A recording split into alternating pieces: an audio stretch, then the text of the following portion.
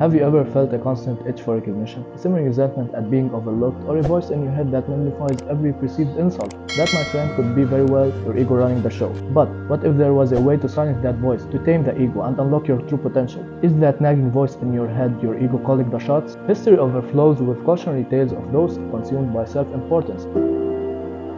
Hello everyone, I'm Hadi Yassin, your host at Beyond the Cover. Join us as we crack open Ryan Holiday's Ego is the Enemy and explore how Katharine Graham and others crushed their ego to achieve greatness, and others who couldn't resist the temptation of their ego, like Howard Hughes and Upton Sinclair. This book is divided into 3 blocks: Aspire, Success, Failure. Ryan Holiday's journey exemplifies the ups and downs of ambition and success. Despite achieving notable milestones early on, such as becoming an executive at a prestigious talent agency and publishing a controversial bestseller at age 25, he faced hidden challenges.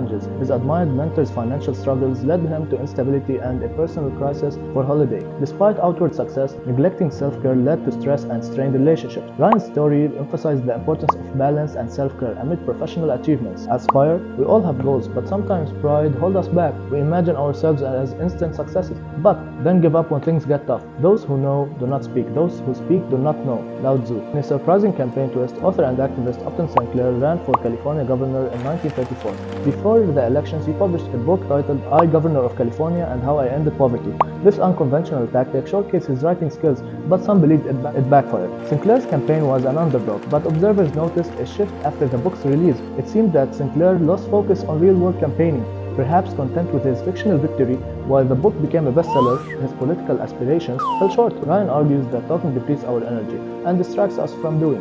Research suggests that excessive verbalization can trick our minds into feeling like we've made progress, when in reality we only talked about it. This becomes costly, especially for challenging tasks. When uncertainty looms, Stephen Pressfield termed this resistance, the barrier to creative expression, and it requires a full effort to overcome. Succumbing to the temptation to talk, particularly in times of stress, only delays progress. True greatness emerges from wrestling with the void, not avoiding it. Consider the quiet achievers, the ones who produce impactful work without seeking constant recognition. They understand that the only relationship between work and chatter is that one stifles the other.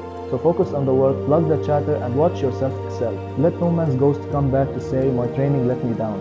In April in the early 1980s, the trajectory of 2 guitars intersected in a tale of abrupt change and relentless pursuit of excellence. Metallica's Dave Mustaine faced an unexpected exit from the band, replaced by Kirk Hammett, who stepped into his dream role with determination. Despite the opportunity of a lifetime, Hammett acknowledged his need for growth and sought guidance from the renowned teacher Joe Satriani. Satriani recognized Hammett's raw talent and focused on refining his fundamentals, emphasizing the importance of holistic musical understanding. Hammett's journey reminds us that even amidst success, the pursuit of mastery is never ending. The point of being a student isn't just about instructions. It's about surrendering your ego and ambition to someone else's expertise. It's acknowledging that there's always someone better, someone to learn from, and someone to challenge. Frank Shamrock's plus, minus, and equal system emphasizes this, ensuring continuous feedback and growth. Embracing a student mindset means accepting that others know more and actively seeking to knock down your illusions about ourselves. Whether in fighting, music, or science, the path to mastery requires humility and a relentless pursuit of knowledge. The act of remaining a perpetual student fosters humility. Epictetus aptly states, it is impossible to learn that one thinks one already knows. Ego, however, resists feedback and particular harsh criticism, hindering growth.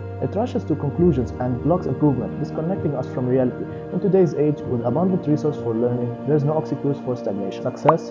In January 1924, Howard Hughes Sr. died suddenly, leaving his son, an 18-year-old, with 3/4 of the family company. Despite objections, the young Howard Hughes bought out his relatives, seizing control of a business critical to oil drilling. Hughes was undeniably gifted and visionary, but his ego and reckless actions led to a massive financial losses and a tragic end. He redirected his funds for personal use and moved to Los Angeles to pursue filmmaking and celebrity status. He incurred significant losses in the stock market, including $8 million before the Depression. His film Hells Angels nearly bankrupted the company, and subsequent ventures, including aviation and defense contracts during World War II totaling $40 million, were marred by failure. Success can be intoxicating, but sustaining it requires sobriety and humility. It's easy to succumb to ego and believe we're special, but true success is rooted in values and principles. We must remain grounded, continually learning, and immune to the myths we create. Building an organization focused on work and ourselves is essential for the lasting success. The cautionary tale of Hughes reminds us that ego can lead to downfall. As we navigate our own path, we face the same choices. Will success be our downfall or our triumph? Failure. In every journey, setbacks are inevitable. Failure is common, and success rarely comes easily. Ego blinds us to these realities and often leads us to our setbacks. To overcome them, we need purpose, poise, and patience, not pity. It's about reorienting ourselves and increasing self-awareness to rise again. In 1963, at 46, Katharine Graham unexpectedly became the head of Washington Post Company. Despite lacking work experience and feeling unprepared, her journey was a lesson in navigating failure and adversity, which are unique to each individual. Success can inflate ego, but failure can be a devastating blow. Graham faced constant obstacles from a conservative board, but learned to trust her instincts and make bold decisions, such as replacing an executive editor against board advice. She faced immense pressure during the Pentagon Papers and Watergate scandals, but stood by her journalistic principles, earning the Post a Pulitzer Prize. Despite challenges, she made strategic moves, like engaging Warren Buffett as a mentor and successful negotiator with unions, ultimately leading the company to billions in profit. Failure and adversity are inevitable for everyone. You may not always get what you want, whether it's a college acceptance, a project opportunity, or a promotion. As Plutarch noted, the future bears down upon each one of us with all the hazard of the unknown, and the only way forward is to confront them head on. Humble and resilient individuals handle setbacks with grace, without needing constant validation or pity. Our goal should be more than just success. It's about how we respond to life's challenges and emerge stronger. This book skillfully explores how ego compacted historical figures, making it a captivating read for anyone interested in self-improvement. Unlike complex philosophical texts, it's easy to understand, making it essential for those seeking balance in work and personal life. If you like this video, check out the video where we reviewed Sonny's Rufus book.